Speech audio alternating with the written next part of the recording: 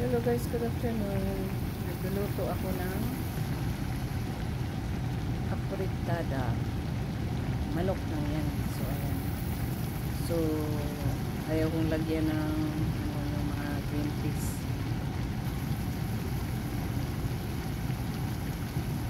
Meron ako ilalagay dito. Broccoli. So, ayan. Pulo-pulo na ang aking niluluto. So, yan ang aming hapunan. Walang kanin. Yung kanin dyan is patatas at saka carrots. At may dagdag na broccoli. That's it.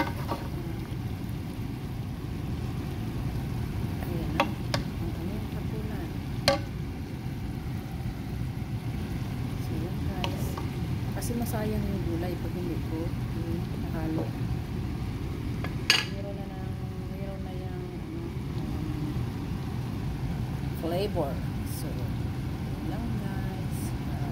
Have a good day. Have a good evening sa lahat na mga kahampas lupa.